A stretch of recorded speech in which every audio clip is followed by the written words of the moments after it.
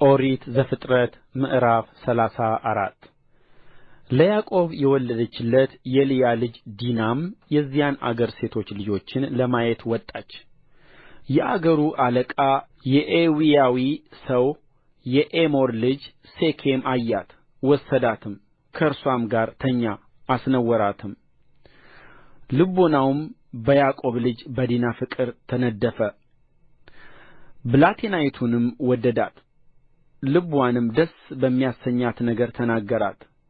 ሴኬምም አባቱን ኤሞርን ይህችን ብላቴና አጋባኝ ብሎ ነገረው።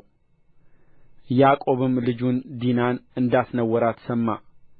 ልጆቹም ከከብቶቻቸው ጋር በምድረ በዳ ነበሩ። ያዕቆብም እስኪመጡ ድረስ ዝም አለ። የሴኬም አባት ኤሞርም ይነግረው ዘንድ ወደ ያዕቆብ መጣ። የያዕቆብም ልጆች ይህንን በሰሙ ጊዜ ከምድረ በዳ መጡ። የያዕቆብን ልጅ በመተኛቱ በእስራኤል ላይ ስንፍናን ስላደረገ አዘኑ፣ እጅግም ተቈጡ፣ እንዲህ አይደረግምና። ኤሞርም እንዲህ ብሎ ነገራቸው፣ ልጄ ሴኬም በልጃችሁ ፍቅር ልቡ ተነድፎአልና ሚስት እንድትሆነው እባካችሁ እርስዋን ስጡት፣ ጋብቾችም ሁኑን። ሴቶች ልጆቻችሁን ስጡን፣ እናንተም የእኛን ሴቶች ልጆች ውሰዱ፣ ከእኛም ጋር ተቀመጡ። ምድሪቱንም በፊታችሁ ናት፣ ኑሩባት፣ ነግዱም፣ ግዙአትም። ሴኬምም አባትዋንና ወንድሞችዋን እንዲህ አለ፣ በፊታችሁ ሞገስን ባገኝ የምትሉኝን እሰጣለሁ። ብዙ ማጫና እጅ መንሻ አምጣ በሉኝ፣ በነገራችሁኝም መጠን እሰጣለሁ። ይህችንም ብላቴና ግን አጋቡኝ። የያዕቆብም ልጆች ለሴኬምና ለአባቱ ለኤሞር በተንኰል መለሱ፣ እኅታቸውን ዲናን አርክሶአታልና።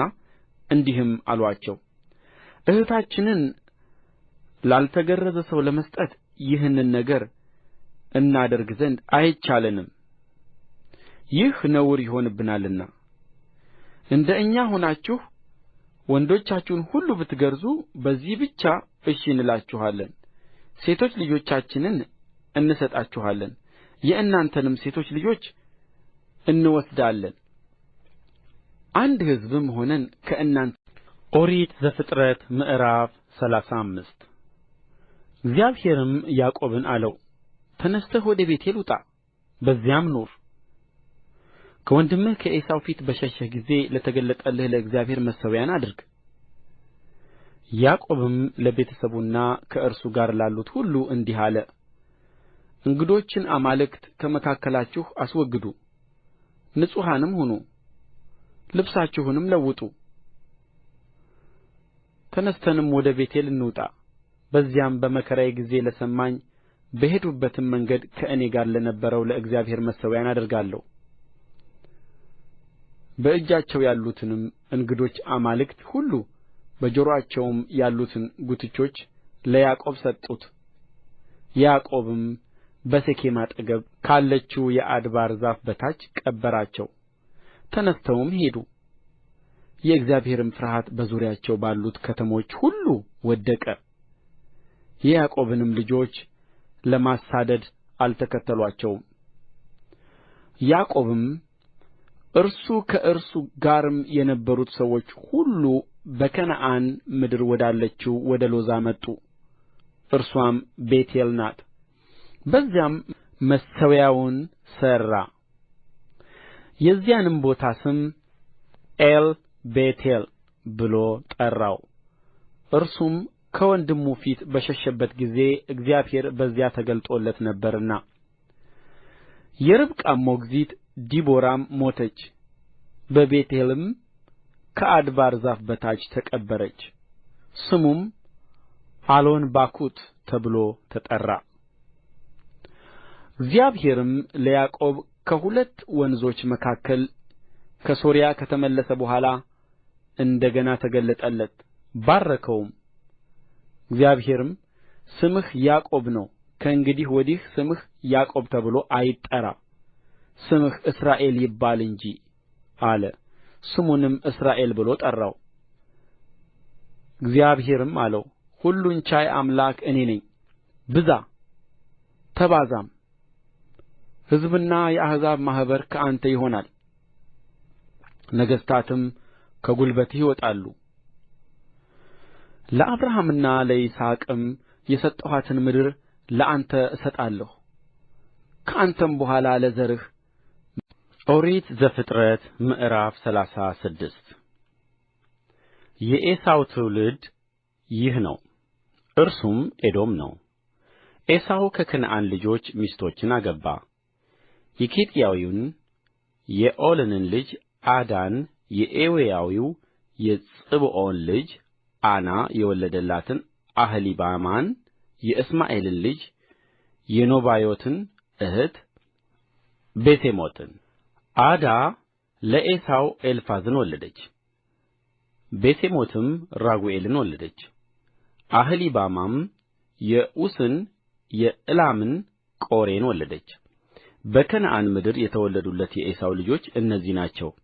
ዔሳውም ሚስቶችን፣ ወንዶች ልጆችንና ሴቶች ልጆችን፣ ቤተሰቡንም ሁሉ፣ ከብቱንም ሁሉ፣ እንስሶቹንም ሁሉ በከነዓንም አገር ያገኘውን ሁሉ ይዞ ከወንድሙ ከያዕቆብ ፊት ወደ ሌላ አገር ሄደ።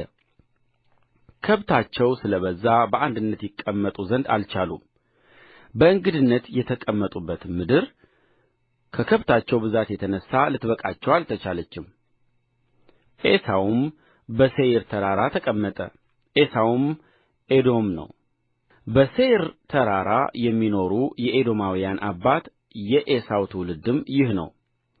የዔሳው ልጆች ስም ይህ ነው። የዔሳው ሚስት የዓዳ ልጅ ኤልፋዝ፣ የዔሳው ሚስት የቤሴሞት ልጅ ራጉኤል። የኤልፋዝም ልጆች እነዚህ ናቸው፣ ቴማን፣ ኦማር፣ ስፎ፣ ጎቶም፣ ቄኔዝ፣ ቲምናዕም። ለዔሳው ልጅ ለኤልፋዝ የጭን ገረድ ነበረች። አማሌቅንም ለኤልፋዝ ወለደችለት። የዔሳው ሚስት የዓዳ ልጆች እነዚህ ናቸው። የራጉኤልም ልጆች እነዚህ ናቸው፣ ናሖት፣ ዛራ፣ ሣማ፣ ሚዛህ። እነዚህም የዔሳው ሚስት የቤሴሞት ልጆች ናቸው። የፅብዖን ልጅ የዓና ልጅ የዔሳው ሚስት የአህሊባማ ልጆች እነዚህ ናቸው። ለዔሳው የዑስን የዕላማን ቆሬን ወለደች። የዔሳው ልጆች አለቆች እነዚህ ናቸው። ለዔሳው የበኵር ለኤልፋዝ ልጆች ቴማን አለቃ፣ ኦማር አለቃ፣ ስፎ አለቃ፣ ቄኔዝ አለቃ፣ ቆሬ አለቃ፣ ጎቶም አለቃ፣ አማሌቅ አለቃ። በኤዶም ምድር የኤልፋዝ አለቆች እነዚህ ናቸው። እነዚህ የዓዳ ልጆች ናቸው። የዔሳው ልጅ የራጉኤል ልጆች እነዚህ ናቸው፣ ናሖት አለቃ፣ ዛራ አለቃ፣ ሣማ አለቃ፣ ሚዛህ አለቃ። በኤዶም ምድር የራጉኤል ልጆች አለቆች እነዚህ ናቸው።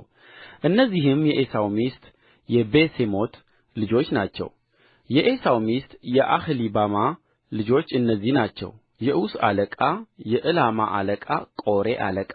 የዔሳው ሚስት የዓና ልጆች የአህሊባማ አለቆች እነዚህ ናቸው። የዔሳው ልጆችና አለቆቻቸው እነዚህ ናቸው፣ እርሱም ኤዶም ነው።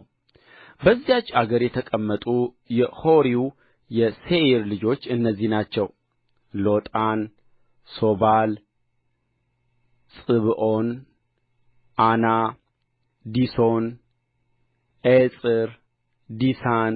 እነዚህ በኤዶም ምድር የሖሪው የሴይር ልጆች አለቆች ናቸው። ኦሪት ዘፍጥረት ምዕራፍ 37 ያዕቆብም አባቱ በስደት በኖረበት አገር በከነዓን ምድር ተቀመጠ። የያዕቆብም ትውልድ ይህ ነው። ዮሴፍ የ17 ዓመት ልጅ በሆነ ጊዜ ከወንድሞቹ ጋር በጎችን ይጠብቅ ነበር። እርሱም ከአባቱ ሚስቶች ከባላና ከዘለፋ ልጆች ጋር ሳለ ብላቴና ነበረ። ዮሴፍም የክፋታቸውን ወሬ ወደ አባታቸው አመጣ። እስራኤልም ዮሴፍን ከልጆቹ ሁሉ ይልቅ ይወድደው ነበር፣ እርሱ በሽምግልናው የወለደው ነበርና። በብዙ ኅብር ያጌጠችም ቀሚስ አደረገለት። ወንድሞቹም አባታቸው ከልጆች ሁሉ ይልቅ እንዲወድደው ባዩ ጊዜ ጠሉት፣ በሰላም ይናገሩትም ዘንድ አልቻሉም። ዮሴፍም ሕልምን አለመ፣ ለወንድሞቹም ነገራቸው። እነርሱም እንደ ገና በብዙ ጠሉት። እርሱም አላቸው፣ እኔ ያለምሁትን ሕልም ስሙ። እነሆ እኛ በእርሻ መካከል ነዶ ስናስር ነበርና፣ እነሆም የእኔ ነዶ ቀጥ ብላ ቆመች፣ የእናንተም ነዶች በዙሪያው ከብበው እነሆ ለእኔ ነዶ ሰገዱ። ወንድሞቹም በእኛ ላይ ልትነግሥብን ይሆን ወይስ ልትገዛ ይሆን አሉት። እንደ ገናም ስለ ሕልሙና ስለ ነገሩ ይልቁን ጠሉት። ደግሞም ሌላ ሕልምን አለመ፣ ለወንድሞቹም ነገራቸው፣ እንዲህም አለ። እነሆ ደግሞ ሌላ ሕልምን አለምሁ። እነሆ ፀሐይና ጨረቃ 11 ከዋክብትም ሲሰግዱልኝ አየሁ። ለአባቱና ለወንድሞቹም ነገራቸው። አባቱም ገሠጸው፣ እንዲህም አለው፣ ይህ ያለምኸው ሕልም ምንድር ነው? በውኑ እኔና እናትህ ወንድሞችህም መጥተን በምድር ላይ እንሰግድልህ ይሆን? ወንድሞቹም ቀኑበት፣ አባቱ ግን ነገሩን ይጠብቀው ነበር። ወንድሞቹ በሴኬም የአባታቸውን በጎች ይጠብቁ ዘንድ ሄዱ። እስራኤልም ዮሴፍን ወንድሞችህ በሴኬም በጎችን የሚጠብቁ አይደሉምን? ወደ እነርሱ እልክህ ዘንድ ና አለው። እርሱም እነሆኝ አለው። እርሱም ሄደህ ወንድሞችህን በጎቹ ደህና እንደ ሆኑ እይ፣ ወሬአቸውንም አምጣልኝ አለው።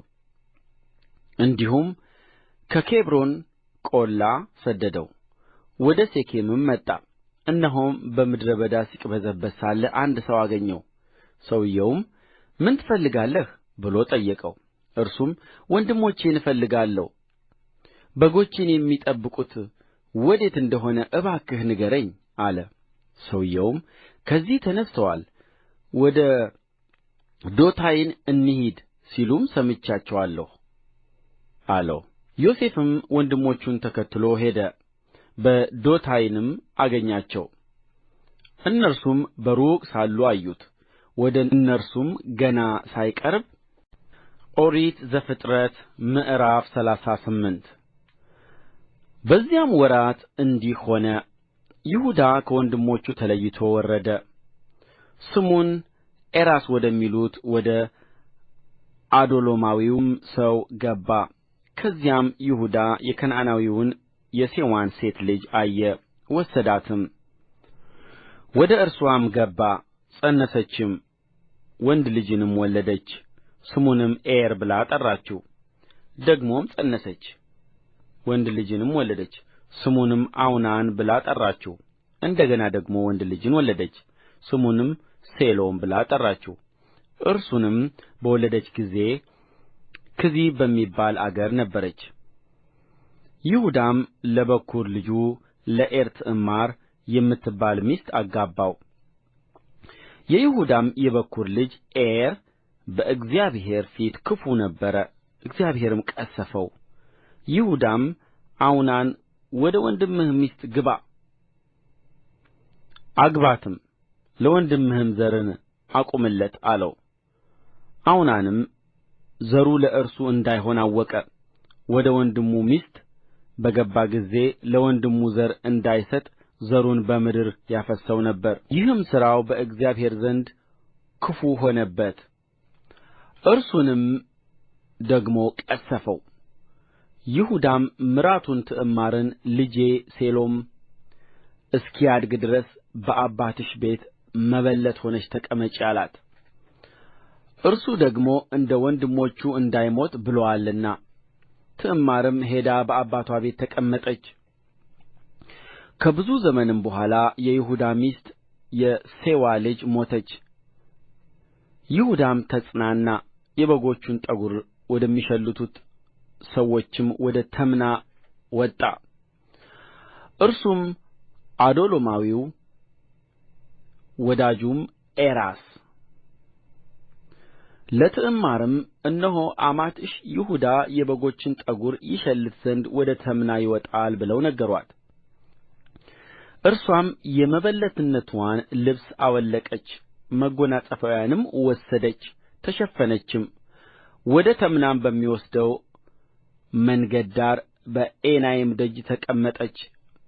ሴሎም እንደ አደገ ሚስትም እንዳልሆነችው አይታለችና። ይሁዳም ባያት ጊዜ ጋለሞታን መሰለችው፣ ፊትዋን። ኦሪት ዘፍጥረት ምዕራፍ 39 ዮሴፍ ግን ወደ ግብፅ ወረደ። የፈርዖን ጃንደረባ የዘበኞቹም አለቃ የሚሆን የግብፅ ሰው ጲጥፋራ ወደ ግብፅ ከወረዱት ከእስማኤላውያን እጅ ገዛው። እግዚአብሔር ከዮሴፍ ጋር ነበረ፣ ሥራውም የተከናወነለት ሰው ሆነ። በግብፃዊው ጌታውም ቤት ነበረ። ጌታውም እግዚአብሔር ከእርሱ ጋር እንዳለ እርሱ የሚሠራውንም ሁሉ እግዚአብሔር በእጁ እንዲያከናውንለት አየ። ዮሴፍም በጌታው ፊት ሞገስን አገኘ፣ እርሱንም ያገለግለው ነበር። በቤቱም ላይ ሾመው፣ ያለውንም ሁሉ በእጁ ሰጠው። እንዲህም ሆነ፣ በቤቱ ባለውም ሁሉ ላይ ከሾመው በኋላ እግዚአብሔር የግብፃዊውን ቤት ስለ ዮሴፍ ባረከው። የእግዚአብሔር በረከት በውጭም በግቢም ባለው ሁሉ ላይ ሆነ። ያለውንም ሁሉ ለዮሴፍ አስረከበ። ከሚበላውም እንጀራ በቀር ምንም የሚያውቀው አልነበረም። የዮሴፍም ፊት መልከ መልካምና ውብ ነበረ። ከዚህም በኋላ እንዲህ ሆነ፣ የጌታው ሚስት በዮሴፍ ላይ ዓይንዋን ጣለች። ከእኔም ጋር ተኛ አለችው። እርሱም እንቢ አለ። ለጌታውም ሚስት እንዲህ አላት፣ እነሆ ጌታዬ በቤቱ ያለውን ምን የሚያውቀው የለም። ያለውንም ሁሉ ለእኔ አስረክቦኛል። ለዚህ ቤት ከእኔ የሚበልጥ ሰው የለም። ሚስቱ ስለ ሆንሽ ከአንቺም በቀር ያልሰጠኝ ነገር የለም። እንዴት ይህን ትልቅ ክፉ ነገር አደርጋለሁ? በእግዚአብሔር ፊት እንዴት ኃጢአትን እሠራለሁ? ይህንም ነገር በየዕለቱ ለዮሴፍ ትነግረው ነበር። እርሱም ከእርስዋ ጋር ይተኛ ዘንድ ከእርስዋም ጋር ይሆን ዘንድ አልሰማትም። እንዲህም ሆነ፣ ኦሪት ዘፍጥረት ምዕራፍ 40 ከዚህ ነገር በኋላም እንዲህ ሆነ፣ የግብፅ ንጉሥ የጠጅ አሳላፊና የእንጀራ አበዛ ጌታቸውን የግብፅ ንጉሥን በደሉ። ፈርዖንም በሁለቱ ሹማምት በጠጅ አሳላፊዎች አለቃና በእንጀራ አበዛዎቹ አለቃ ላይ ተቈጣ። ዮሴፍ ታስሮ በነበረበትም በግዞት ስፍራ በዘበኞቹ አለቃ ቤት አስጠበቃቸው። የዘበኞቹም አለቃ ለዮሴፍ አሳልፎ ሰጣቸው፣ እርሱም ያገለግላቸው ነበር። በግዞት ቤትም አያሌ ቀን ተቀመጡ። በግዞት ቤት የነበሩት የግብፅ ንጉሥ ጠጅ አሳላፊና እንጀራ አበዛ ሁለቱም በአንዲት ሌሊት እንደ ሕልሙ ትርጓሜ እየራሳቸው ሕልሙን አለሙ። ዮሴፍም ማልዶ ወደ እነርሱ ገባ፣ እነሆም አዝነው አያቸው። በጌታው ቤት ከእርሱ ጋር በግዞት የነበሩትንም የፈርዖንን ሹማምት እንዲህ ብሎ ጠየቃቸው፣ እናንተ ዛሬ ስለ ምን አዝናችኋል? እነርሱም ሕልምን አለምን፣ የሚተረጕምልን አጣን አሉት። ዮሴፍም አላቸው፣ ሕልምን የሚተረጕም እግዚአብሔር የሰጠው አይደለምን? እስቲ ንገሩኝ። የጠጅ አሳላፊዎች አለቃም ለዮሴፍ ሕልሙን እንዲህ ብሎ ነገረው። በሕልሜ የወይን ዛፍ በፊቴ ሆና አየሁ። በዛፊቱም 3 አረግ አለባት። እርስዋም ቅጠልና አበባ አወጣች፣ ዘለላም አንጠለጠለች። የዘለላዋም ፍሬ በሰለ። የፈርዖንም ጽዋ በእጄ ነበረ። ፍሬዋንም ወስጄ በፈርዖን ጽዋ ጨመቅሁት፣ ጽዋውንም ለፈርዖን በእጁ ሰጠሁት። ዮሴፍም አለው፣ የዚህ ትርጓሜ ኦሪት ዘፍጥረት ምዕራፍ 41 ከሁለት ዓመት በኋላም ፈርዖን ሕልምን አየ። እነሆም በወንዙ ዳር ቆሞ ነበር።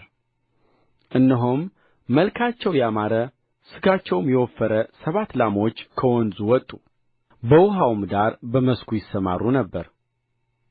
ከእነርሱም በኋላ እነሆ መልካቸው የከፋ ሥጋቸውም የከሳ ሌሎች 7 ላሞች ከወንዙ ወጡ፣ በእነዚያም ላሞች አጠገብ በወንዙ ዳር ይቆሙ ነበር። መልካቸው የከፋ ሥጋቸውም የከሳ እነዚያም ላሞች መልካቸው ያማረውን ሥጋቸው የወፈረውን 7ቱን ላሞች ዋጡአቸው። ፈርዖንም ነቃ፣ ደግሞም ተኛ። ሁለተኛም ሕልምን አየ። እነሆም በአንድ አገዳ ላይ የነበሩ ያማሩና መልካም የሆኑ 7 እሸቶች ወጡ። እነሆም ከእነርሱ በኋላ የሰለቱና በምሥራቅ ነፋስ የተመቱ 7 እሸቶች ወጡ። የሰለቱትም እሸቶች 7ቱን ያማሩና የዳበሩ እሸቶች ዋጡአቸው። ፈርዖንም ነቃ፣ እነሆም ሕልም ነበረ። በነጋም ጊዜ ነፍሱ ታወከችበት። ወደ ሕልም ተርጓሚዎች ሁሉ ወደ ግብፅ ጠቢባንም ሁሉ ልኮ ወደ እርሱ ጠራቸው። ፈርዖንም ሕልሙን ነገራቸው። ነገር ግን ከእነርሱ ለፈርዖን የሚተረጕም አልተገኘም። የዚያን ጊዜ የጠጅ አሳላፊዎቹ አለቃ እንዲህ ብሎ ለፈርዖን ተናገረ። እኔ ኃጢአቴን ዛሬ አስባለሁ። ፈርዖን በባሪያዎቹ ላይ ተቈጣ። እኔንም የእንጀራ አበዛዎችንም አለቃ በግዞት ስፍራ በዘበኞች አለቃ ቤት አኖረን። እኛም በአንዲት ሌሊት ሕልምን አለምን። እኔና እርሱ እያንዳንዳችን እንደ ሕልማችን ትርጓሜ አለምን። በዚያም የዘበኞቹ አለቃ ባሪያ የሆነ አንድ ዕብራዊ ጕልማሳ ከእኛ ጋር ነበረ። ለእርሱም ነገርነው፣ ሕልማችንንም ተረጐመልን። ለእያንዳንዱም እንደ ሕልሙ ተረጐመልን። እንዲህም ሆነ፣ እንደ ተረጐመልን እንደዚያው ሆነ። እኔ ወደ ሹመቴ ተመለስሁ፣ እርሱም ተሰቀለ። ፈርዖንም ልኮ ዮሴፍን አስጠራ፣ ከግዞትም ቤትም አስቸኰሉት። እርሱም ተላጨ፣ ልብሱንም ለወጠ፣ ወደ ፈርዖንም ገባ። ፈርዖንም ዮሴፍን አለው፣ ሕልምን አየሁ፣ የሚተረጕመውም አልተገኘም። ሕልምን እንደ ሰማህ እንደ ተረጐምህም ስለ አንተ ሰማሁ። ዮሴፍም ለፈርዖን እንዲህ ብሎ መለሰ፣ ይህ በእኔ አይደለም፣ እግዚአብሔር ግን ለፈርዖን በደኅንነት ይመልስለታል። ፈርዖንም ለዮሴፍ እንዲህ አለው፣ እነሆ በሕልሜ በወንዝ ዳር ቆሜ ነበር። እነሆም ሥጋቸው የወፈረ መልካቸውም ያማረ 7 ላሞች ወጡ፣ በመስኩም ይሰማሩ ነበር። ከእነርሱም በኋላ እነሆ የደከሙ መልካቸውም እጅግ የከፋ ሥጋቸውም የከሳ ሌሎች 7 ላሞች ወጡ። በግብፅም ምድር ሁሉ እንደ እነርሱ መልከ ክፉ ከቶ አላየሁም። የከሱትና መልከ ክፉዎቹ ላሞች የመጀመሪያዎቹን ወፍራሞቹን 7 ላሞች ዋጡአቸው። በሆዳቸውም እንደ ተዋጡ አልታወቀም። መልካቸውም በመጀመሪያ እንደ ነበረው የከፋ ነበረ። ነቃሁም፣ በሕልሜም እነሆ የዳበሩና መልካም የሆኑ 7 እሸቶች በአንድ አገዳ ሲዋጡ አየሁ። ከእነርሱም በኋላ እነሆ የደረቁና የሰለቱ በምሥራቅ ነፋስ የተመቱ 7 እሸቶች ወጡ። የሰለቱት እሸቶች ያማሩትን 7ቱን እሸቶች ዋጡአቸው። ለሕልም ተርጓሚዎቹም ሕልሜን ነገርሁ፣ የሚተረጕምልኝም አጣሁ። ዮሴፍም ፈርዖንን አለው፣ የፈርዖን ሕልሙ አንድ ነው። እግዚአብሔር ሊያደርገው ያለውን ለፈርዖን ነግሮታል። 7ቱ መልካሞች ላሞች 7 ዓመታት ናቸው፣ 7ቱም መልካሞቹ እሸቶች 7 ዓመታት ናቸው። ሕልሙ አንድ ነው። ከእነርሱም በኋላ የወጡት የከሱትና መልከ ክፉዎቹ 7 ላሞች 7 ዓመታት ናቸው። የሰለቱትና የምሥራቅ ነፋስ የመታቸው 7ቱም እሸቶች እነርሱ ራብ የሚሆንባቸው 7 ዓመታት ናቸው። ለፈርዖን የነገርሁት ነገር ይህ ነው። እግዚአብሔር ሊያደርገው ያለውን ለፈርዖን አሳየው። እነሆ በግብፅ ምድር ሁሉ እጅግ ጥጋብ የሚሆንባቸው 7 ዓመታት ይመጣሉ። ደግሞም ከዚህ በኋላ የ7 ዓመታት ራብ ይመጣል። በግብፅ አገር የነበረውም ጥጋብ ሁሉ ይረሳል፣ ራብም ምድርን በጣም ያጠፋል። ኦሪት ዘፍጥረት ምዕራፍ 42 ያዕቆብም በግብፅ እህል እንዳለ ሰማ። ያዕቆብም ልጆቹን ለምን እርስ በርሳችሁ ትተያያላችሁ አላቸው። እንዲህም አለ፣ እነሆ ስንዴ በግብፅ እንዲገኝ ሰምቻለሁ። ወደዚያ ውረዱ፣ እንድንድንና እንዳንሞትም ከዚያ ሸምቱልን። የዮሴፍም 10 ወንድሞች ስንዴን ከግብፅ ይሸምቱ ዘንድ ወረዱ። የዮሴፍን ወንድም ብንያምን ግን ያዕቆብ ከወንድሞቹ ጋር አልሰደደውም፣ ምናልባት ክፉ እንዳያገኘው ብሎአልና። የእስራኤልም ልጆች ለእህል ሸመታ ከመጡት ጋር ገቡ። በከነዓን አገር ራብ ነበረና፣ ዮሴፍም በምድር ላይ ገዥ ነበረ። እርሱም ለምድር ሕዝብ ሁሉ ይሸጥ ነበር። የዮሴፍም ወንድሞች በመጡ ጊዜ በምድር ላይ በግምባራቸው ሰገዱለት። ዮሴፍም ወንድሞቹን አይቶ አወቃቸው፣ ተለወጠባቸውም፣ ክፉ ቃልንም ተናገራቸው። እናንተ ከወዴት መጣችሁ አላቸው። እነርሱም ከከነዓን ምድር እህል ልንሸምት የመጣን ነን አሉት። ዮሴፍም ወንድሞቹን አወቃቸው፣ እነርሱ ግን አላወቁትም። ዮሴፍም ስለ እነርሱ አይቶት የነበረውን ሕልም አሰበ፣ እንዲህም አላቸው፣ እናንተ ሰላዮች ናችሁ፣ የምድሩን ዕራቁትነት ልታዩ መጥታችኋል። እነርሱም አሉት፣ ጌታችን ሆይ አይደለም፣ ባሪያዎችህ ስንዴን ሊገዙ መጥተዋል። እኛ ሁላችን የአንድ ሰው ልጆች ነን። እኛ እውነተኞች ነን፣ ባሪያዎችህ ሰላዮች አይደሉም። እርሱም አላቸው፣ አይደለም፣ ነገር ግን የአገሩን ዕራቁትነት ልታዩ መጥታችኋል። እነርሱም አሉ፣ ባሪያዎችህ 12 ወንድማማች በከነዓን ምድር የአንድ ሰው ልጆች ነን። ታናሹም እነሆ ዛሬ ከአባታችን ጋር ነው፣ አንዱም ጠፍቶአል። ዮሴፍም አላቸው፣ እናንተ ሰላዮች ናችሁ ብዬ የተናገርኋችሁ ይህ ነው። በዚህ ትፈተናላችሁ። ታናሽ ወንድማችሁ ካልመጣ በቀር የፈርዖንን ሕይወት ከዚህ አትወጡም። እውነትን የምትናገሩ ከሆነ ነገራችሁ ይፈተን ዘንድ ከእናንተ አንዱን ስደዱ፣ ወንድማችሁንም ይዞ ይምጣ፣ እናንተም ታስራችሁ ተቀመጡ። ይህ ካልሆነ የፈርዖንን ሕይወት ሰላዮች ናችሁ። 3 ቀን ያህል በግዞት ቤት ጨመራቸው። በሦስተኛውም ቀን ዮሴፍ እንዲህ አላቸው፣ ትድኑ ዘንድ ይህን አድርጉ፣ እኔ እግዚአብሔርን እፈራለሁና። እናንተ የታመናችሁ ከሆናችሁ ከእናንተ አንዱ ወንድማችሁ በግዞታችሁ ቤት ይታሰር። እናንተ ግን ሂዱ፣ እህልንም ለቤታችሁ ራብ ውሰዱ። ታናሹንም ወንድማችሁን ወደ እኔ ይዛችሁ ኑ፣ ነገራችሁም የታመነ ይሆናልና አትሞቱም። እንዲህም አደረጉ። እነርሱም እርስ በርሳቸው እንዲህ ተባባሉ፣ በእውነት ወንድማችንን በድለናል። እኛን በማማጠን ነፍሱ ስትጨነቅ ኦሪት ዘፍጥረት ምዕራፍ 43 ራብም በምድር ጸና። ከግብፅም ያመጡትን እህል በልተው ከፈጸሙ በኋላ አባታቸው እንደ ገና ሂዱ፣ ጥቂት እህል ሸምቱልን አላቸው። ይሁዳም እንዲህ አለው፣ ያ ሰው ወንድማችሁ ከእናንተ ጋር ካልሆነ ፊቴን አታይም ብሎ በብርቱ ቃል አስጠነቀቀን። ወንድማችንን ከእኛ ጋር ብትሰድደው እንወርዳለን፣ እህልም እንሸምትልሃለን። ባትሰድደው ግን አንሄድም። ያ ሰው ወንድማችሁ ከእናንተ ጋር ካልሆነ ፊቴን አታይም ብሎአልና። እስራኤልም አላቸው፣ ለምን በደላችሁኝ? ለዚያውስ ሌላ ወንድም አለን ብላችሁ ለምን ነገራችሁት? እነርሱም አሉ፣ ያ ሰው ስለ እኛና ስለ ወገናችን ፈጽሞ ጠየቀን። እንዲህም አለን፣ አባታችሁ ገና በሕይወት ነው? ወንድምስ አላችሁን? እኛም እንደዚሁ እንደ ጥያቄው መለስንለት። በውኑ ወንድማችሁን አምጡ እንዲለን እናውቅ ነበርን?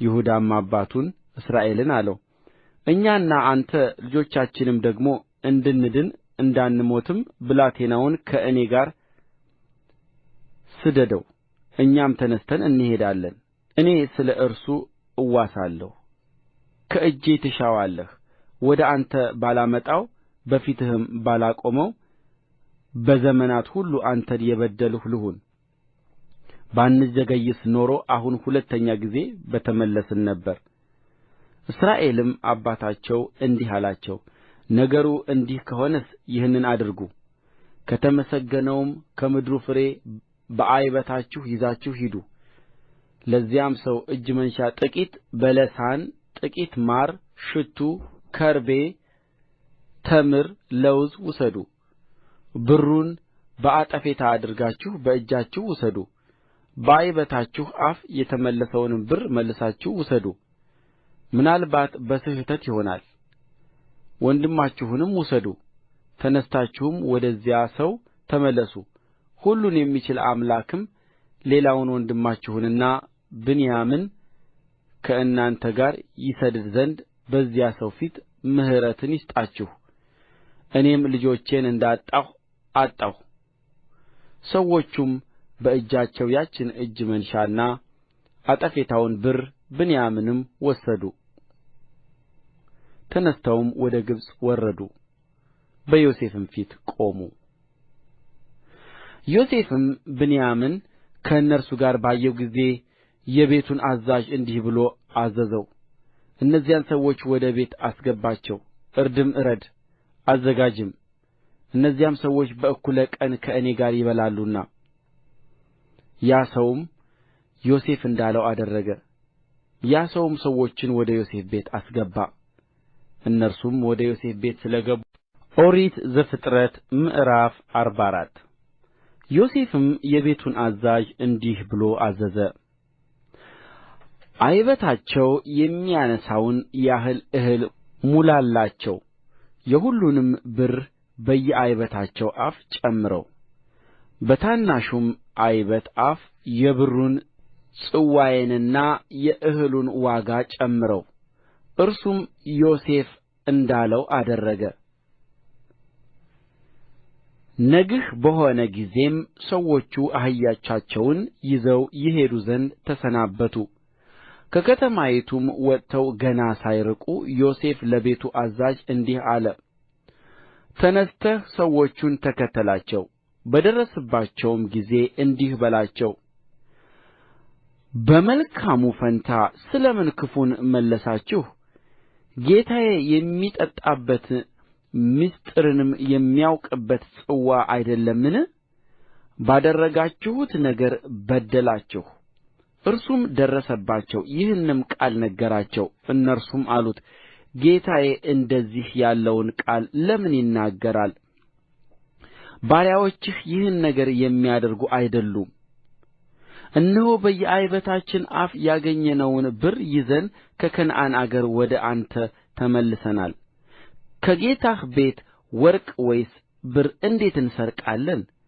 ከባሪያዎችህ ጽዋ የተገኘበት እርሱ ይሙት እኛም ደግሞ ለጌታችን ባሪያዎች እንሁን እርሱም አለ አሁንም እንዲሁ እንደ ነገራችሁ ይሁን ጽዋው የተገኘበት እርሱ ለእኔ ባሪያ ይሁነኝ እናንተም ንጹሐን ትሆናላችሁ እየራሳቸውም ፈጥነው ዓይበታቸውን ወደ ምድር አወረዱ እየራሳቸውም ዓይበታቸውን ፈቱ እርሱም ከታላቁ ጀምሮ እስከ ታናሹ ድረስ በረበራቸው ጽዋውንም በብንያም ዓይበት ውስጥ አገኘው ልብሳቸውንም ቀደዱ ዓይበታቸውንም በየአህዮቻቸው ጭነው ወደ ከተማይቱ ተመለሱ ይሁዳም ከወንድሞቹ ጋር ወደ ዮሴፍ ገባ እርሱም ገና ከዚያው ነበረ በፊቱም በምድር ላይ ወደቁ ዮሴፍም ይህ ያደረጋችሁት ነገር ምንድር ነው እንደ እኔ ያለ ሰው ምሥጢርን እንዲያውቅ አታውቁምን አላቸው ይሁዳም አለ ለጌታዬ ምን እንመልሳለን ምንስ እንናገራለን ወይስ በምን እንነጻለን እግዚአብሔር የባሪያዎችህን ኃጢአት ገለጠ እነሆ እኛም ጽዋዋ ከእርሱ ዘንድ የተገኘባቱም ደግሞ ለጌታዬ ባሪያዎች ኦሪት ዘፍጥረት ምዕራፍ 45 ዮሴፍም በእርሱ ዘንድ ቆመው ባሉት ሰዎች ሁሉ ፊት ሊታገሥ አልተቻለውም። ሰዎቹንም ሁሉ ከፊቴ አስወጡልኝ ብሎ ጮኸ፣ ተናገረ። ዮሴፍ ለወንድሞቹ ራሱን በገለጠ ጊዜ በእርሱ ዘንድ የቆመ ማንም አልነበረም። ቃሉንም ከፍ አድርጎ አለቀሰ። የግብፅ ሰዎችም ሰሙ፣ በፈርዖን ቤትም ተሰማ። ዮሴፍም ለወንድሞቹ እኔ ዮሴፍ ነኝ፣ አባቴ እስከ አሁን በሕይወቱ ነውን? አለ። ወንድሞቹም ይመልሱለት ዘንድ አልቻሉም፣ በፊቱ ደንግጠው ነበርና። ዮሴፍም ወንድሞቹን ወደ እኔ ቅረቡ አለ። ወደ እርሱም ቀረቡ፣ እንዲህም አላቸው፣ ወደ ግብፅ የሸጣችሁኝ እኔ ወንድማችሁ ዮሴፍ ነኝ። አሁንም ወደዚህ ስለ ሸጣችሁኝ አትዘኑ፣ አትቈርቈሩም። እግዚአብሔር ሕይወትን ለማዳን ከእናንተ በፊት ሰድዶኛልና ይህ ሁለቱ ዓመት በምድር ላይ ራብ የሆነበት ነውና የማይታረስበትና የማይታጨድበት 5 ዓመት ገና ቀረ። እግዚአብሔርም በምድር ላይ ቅሬታን አስቀርላችሁ ዘንድ በታላቅ መድኃኒትም አድናችሁ ዘንድ ከእናንተ በፊት ላከኝ። አሁንም እናንተ ወደዚህ የላካችሁኝ አይደላችሁም፣ እግዚአብሔር ላከኝ እንጂ። ለፈርዖንም እንደ አባት አደረገኝ፣ በቤቱም ሁሉ ላይ ጌታ፣ በግብፅ ምድርም ሁሉ ላይ አለቃ አደረገኝ። አሁንም ፈጥናችሁ ወደ አባቴ ውጡ፣ እንዲህም በሉት፣ ልጅህ ዮሴፍ የሚለው ነገር ይህ ነው። እግዚአብሔር በግብፅ ምድር ሁሉ ላይ ጌታ አደረገኝ። ወደ እኔ ና፣ አትዘግይ። በጌሤምም ምድር ትቀመጣለህ፣ ወደ እኔም ትቀርባለህ። አንተና ልጆችህ የልጆችህም ልጆች፣ በጎችህና ላሞችህ፣ ከብትህም ሁሉ፣ በዚያም አንተና የቤትህ ሰዎች የአንተ የሆነው ሁሉ እንዳትቸገሩ እመግብሃለሁ። የራቡ ዘመን ገና 5 ዓመት ቀርቶአልና።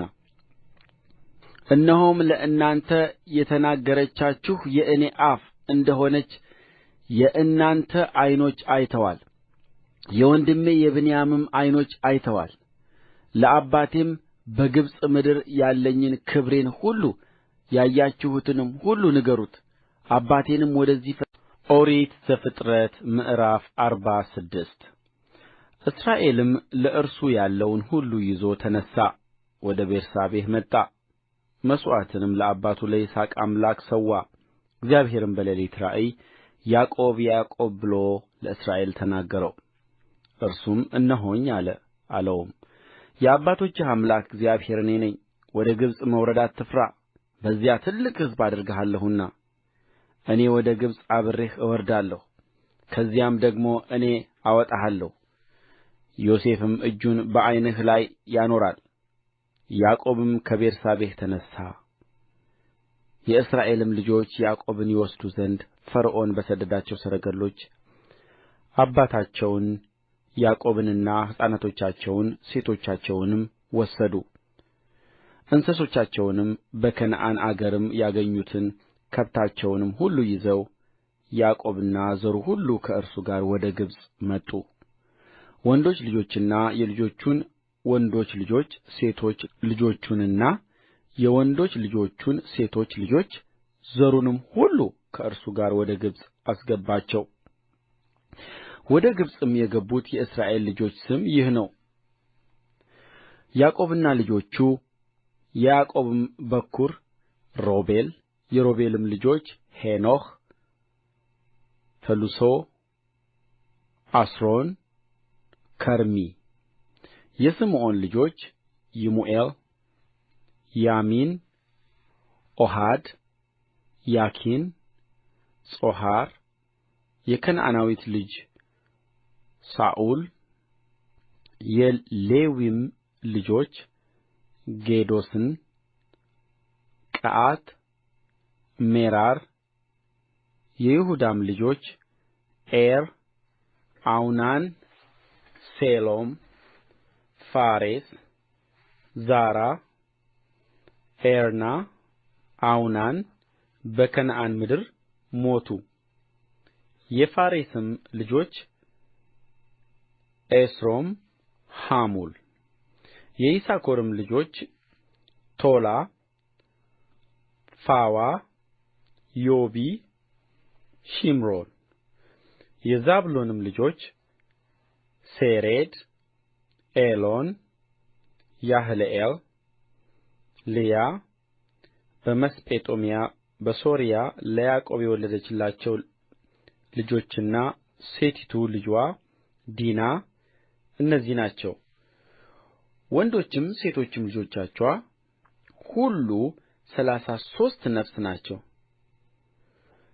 የጋድም ልጆች ጽፎን ሐጊ ሹኒ ኤስቦን ኤሪ አሮዲ አርኤሊ የአሴርም ልጆች ዪምና ኦሪት ዘፍጥረት ምዕራፍ 47 ዮሴፍም ገባ ለፈርዖንም ነገረው እንዲህ ብሎ አባቴና ወንድሞቼ በጎቻቸውም ላሞቻቸውም ያላቸውም ሁሉ ከከነዓን ምድር ወጡ እነርሱም እነሆ በጌሤም ምድር ናቸው ከወንድሞቹም 5 ሰዎችን ወስዶ በፈርዖን ፊት አቆማቸው ፈርዖንም ወንድሞቹን ሥራችሁ ምንድር ነው አላቸው እነርሱም ፈርዖንን እኛ ባሪያዎችህ እኛም አባቶቻችንም በግ አርቢዎች ነን አሉት ፈርዖንንም እንዲህ አሉት በምድር ልንቀመጥ በእንግድነት መጣን የባሪያዎችህ በጎች የሚሰማሩበት ስፍራ የለምና ራብ በከነዓን ምድር እጅግ ጸንቶአልና አሁንም ባሪያዎችህ በጌሤም ምድር እንድንቀመጥ እንለምንሃለን ፈርዖንም ዮሴፍን ተናገረው እንዲህ ብሎ አባትህና ወንድሞችህ መጥተውልሃል የግብፅ ምድር በፊትህ ናት በመልካሙ ምድር አባትህንና ወንድሞችህን አኑራቸው በጌሤም ምድር ይኑሩ ከእነርሱም ውስጥ እውቀት ያላቸውን ሰዎች ታውቅ እንደ ሆነ በእንስሶቼ ላይ አለቆች አድርጋቸው ዮሴፍም ያዕቆብን አባቱን አስገብቶ በፈርዖን ፊት አቆመው ያዕቆብም ፈርዖንን ባረከው ፈርዖንም ያዕቆብን የዕድሜህ ዘመን ስንት ዓመት ነው አለው ያዕቆብም ለፈርዖን አለው የእንግድነቴ ዘመን 130 ዓመት ነው የሕይወቴ ዘመኖች ጥቂትም ክፉም ሆኑብኝ አባቶቼ በእንግድነት የተቀመጡበትንም ዘመን አያህሉም ያዕቆብም ፈርዖንን ባረከው ከፈርዖንም ፊት ወጣ ዮሴፍም አባቱንና ወንድሞቹን አኖረ ፈርዖን እንዳዘዘም በግብፅ ምድር በተሻለችው በራምሴ ምድር ጉልትን ሰጣቸው ዮሴፍም ለአባቱና ለወንድሞቹ ለአባቱም ቤተ ሰቦች ሁሉ እንደ ልጆቻቸው መጠን እህልን ሰጣቸው በምድርም ሁሉ እህል አልነበረም ራብ እጅግ ጸንቶአልና ከራብም የተነሣ የግብፅ ምድርና የከነዓን ምድር ተጎዳ ዮሴፍም ከግብፅ ምድርና ከከነዓን ምድር በእህል ሸመት የተገኘውን ብሩን ሁሉ አከማቸ ዮሴፍም ብሩን ወደ ፈርዖን ቤት አስገባው ብሩም በግብፅ ምድርና በከነዓን ምድር አለቀ የግብፅ ሰዎችም ሁሉ ወደ ዮሴፍ መጡ እንዲህ ሲሉ እንጀራ ስጠን ስለ ምን በፊትህ እንሞታለን ብሩ አልቆብናልና ዮሴፍም ከብቶቻችሁን አምጡልኝ ብር ካለቀባችሁ በከብቶቻችሁ ፋንታ እህል እሰጣችኋለሁ አለ ከብቶቻቸውንም ኦሪት ዘፍጥረት ምዕራፍ 48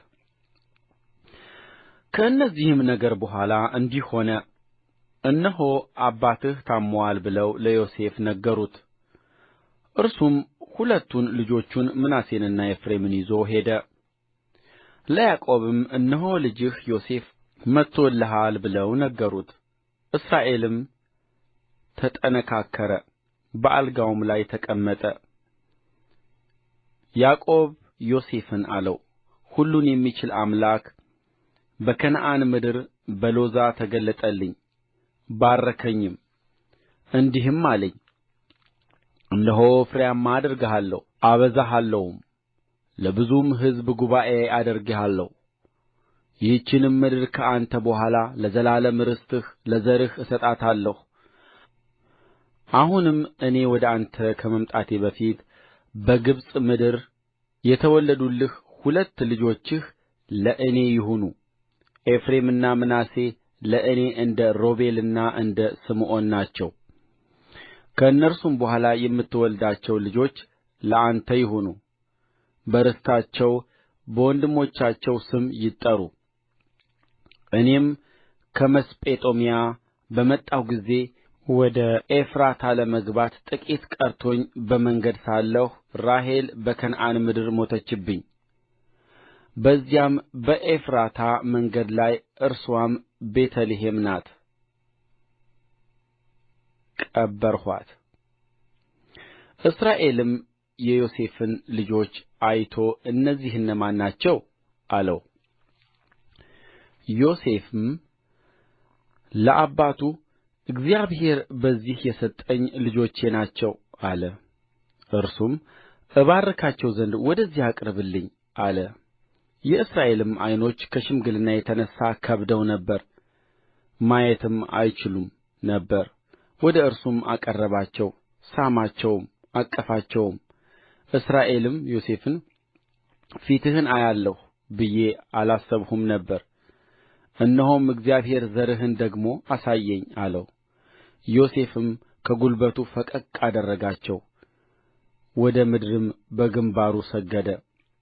ኦሪት ዘፍጥረት ምዕራፍ 49 ያዕቆብም ልጆቹን ጠርቶ እንዲህ አለ።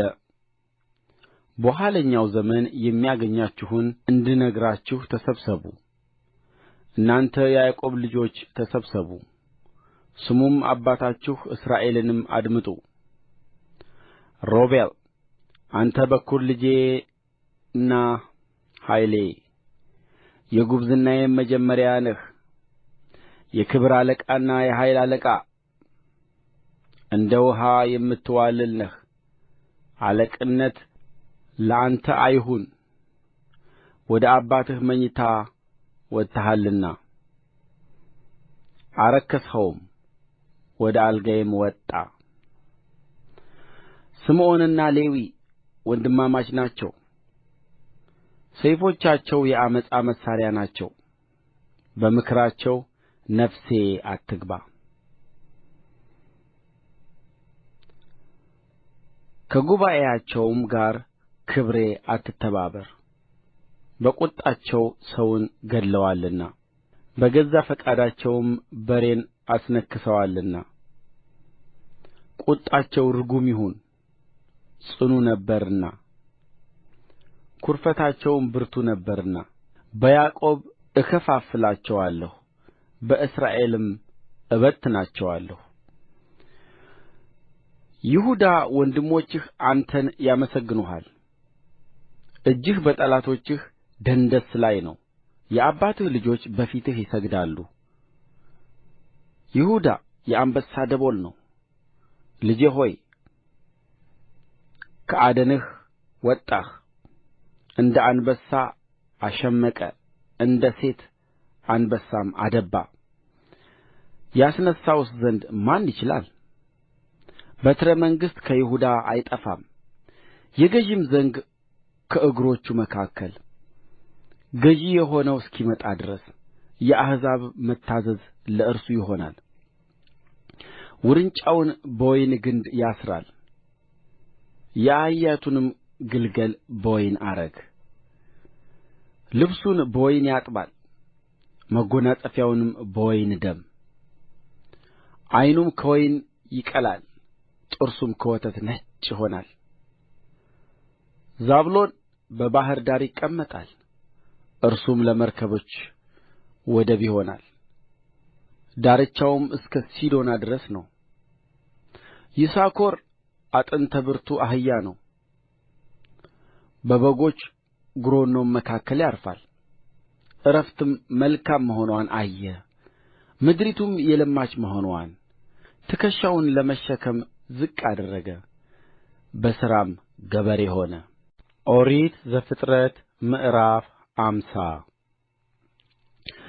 ዮሴፍም በአባቱ ፊት ወደቀ በእርሱም ላይ አለቀሰ ሳመውም ዮሴፍም ባለመድኃኒቶች አገልጋዮች አባቱን በሽቱ ያሹት ዘንድ አዘዘ ባለመድኃኒቶችም እስራኤልን በሽቱ አሹት 40 ቀንም ፈጸሙለት የሽቱ መደረጊያው ወራት እንደዚሁ ይፈጸማልና የግብፅም ሰዎች 70 ቀን አለቀሱለት የልቅሶውም ወራት ባለፈ ጊዜ ዮሴፍ ለፈርዖን ቤተ ሰቦች እንዲህ ብሎ ተናገረ እኔ በፊታችሁ ሞገስን አግኝቼ እንደ ሆንሁ ለፈርዖን እንዲህ ብላችሁ ንገሩት አባቴ አምሎኛል እንዲህ ሲል እነሆ እኔ እሞታለሁ በቈፈርሁት መቃብር በከነዓን ምድር ከዚያ ቅበረኝ አሁንም ወጥቼ